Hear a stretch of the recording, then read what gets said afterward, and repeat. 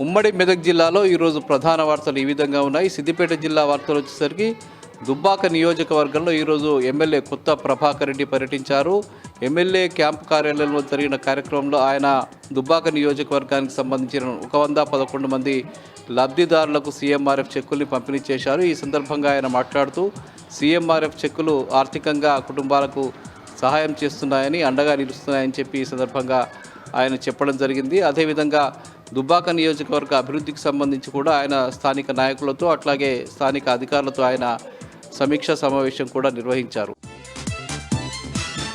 అనంతరం ఆయన మిడిదొడ్డి మండలం అల్వాల్లో నిన్న జరిగినటువంటి విషాద ఘటనకు సంబంధించిన కుటుంబాన్ని పరామర్శించారు. ముఖ్యంగా ట్రాక్టర్ రోటివేటర్ పైన పడి కింద పడి ఒక విద్యార్థి మృతి చెందిన నేపథ్యంలో, బాలుడు మృతి చెందిన నేపథ్యంలో ఆ కుటుంబం వద్దకు వెళ్ళి ఆయన పరామర్శించారు. ఆ కుటుంబాన్ని ఓదార్చారు, వారికి ఆర్థిక సహాయాన్ని అందించారు.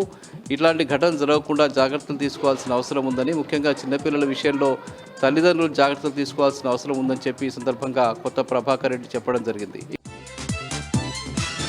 ఇక సంగారెడ్డి జిల్లా వార్తలు వచ్చేసరికి సంగారెడ్డి జిల్లా సదాశివపేటలో ఈరోజు ఎమ్మెల్యే చింతా ప్రభాకర్ పర్యటించారు. అక్కడ రవీంద్ర మోడల్ స్కూల్లో జరిగినటువంటి ఒక కార్యక్రమంలో రోటరీ క్లబ్ ఆధ్వర్యంలో ఉచిత హెల్త్ క్యాంప్ జరిగింది. ఈ కార్యక్రమంలో ఎమ్మెల్యే చింతా ప్రభాకర్ పాల్గొని అక్కడ హెల్త్ క్యాంపు సంబంధించి ప్రారంభం చేయడం జరిగింది. ముఖ్యంగా హెల్త్ క్యాంపులు అన్నీ కూడా ప్రజలకు ఎంతగానో ఉపయోగపడతాయని, స్వచ్ఛంద సంఘాలు ముఖ్యంగా సమాజంలో ఉన్నటువంటి అనేక వర్గాల ప్రజలు, పేద ప్రజలకు సేవ చేయడం కోసం, ఆరోగ్య సేవలు చేయడం కోసం ముందుకు రావాల్సిన అవసరం ఉందని చెప్పి ఆయన ఈ సందర్భంగా చెప్పడం జరిగింది. అదేవిధంగా సదాశివపేటలోనే ఆద్య అనే ఒక ప్రైవేట్ ఆసుపత్రిని కూడా ఎమ్మెల్యే చింతా ప్రభాకర్ ఈ సందర్భంగా ప్రారంభించారు. ఇక గుమ్మడిదలలో ఆందోళన కొనసాగుతున్నాయి. ఈరోజు 115వ రోజు కూడా పెద్ద ఎత్తున ఆందోళన కొనసాగింది. ముఖ్యంగా అక్కడ డంప్ యార్డ్ ఏర్పాటు చేయవద్దనే ఒక ప్రధాన డిమాండ్ మేరకు 115 రోజులుగా గుమ్మడిదల మండలానికి సంబంధించిన 13 గ్రామాల ప్రజలు, అఖిల పక్షానికి సంబంధించిన నాయకులు, వివిధ రాజకీయ పార్టీలకు సంబంధించిన నాయకులు ఉద్యమిస్తున్న విషయం తెలిసిందే. ముఖ్యంగా ప్యారానగర్, నల్లవేలి ప్రాంతాలకు సంబంధించిన ప్రజలంతా కూడా ఈ 115వ రోజు కూడా దీక్షలు కొనసాగించారు. తమ డిమాండ్ నెరవేరే వరకు కూడా తమ ఆందోళనలు కొనసాగుతాయని, ప్రభుత్వం మొండి వైఖరి విడనాడి ఆ జీవోను రద్దు చేయాలని చెప్పి ప్రజలంతా డిమాండ్ చేయడం జరిగింది. ఇక జహీరాబాద్లో ఎమ్మెల్యే మాణిక్రావు పర్యటించారు.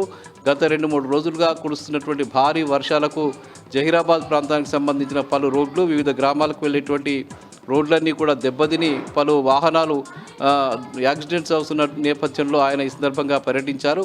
చాలా రోడ్లను ఆయన పరిశీలించి R&B అధికారులతో ఆయన ఈ సందర్భంగా మాట్లాడడం జరిగింది. వెంటనే ఈ రోడ్ల మరమ్మతులు చేపట్టాలని, శాశ్వతంగా రోడ్ల సమస్య పరిష్కారానికి కూడా చర్యలు తీసుకోవాలని చెప్పి ఆయన ఈ సందర్భంగా చెప్పారు.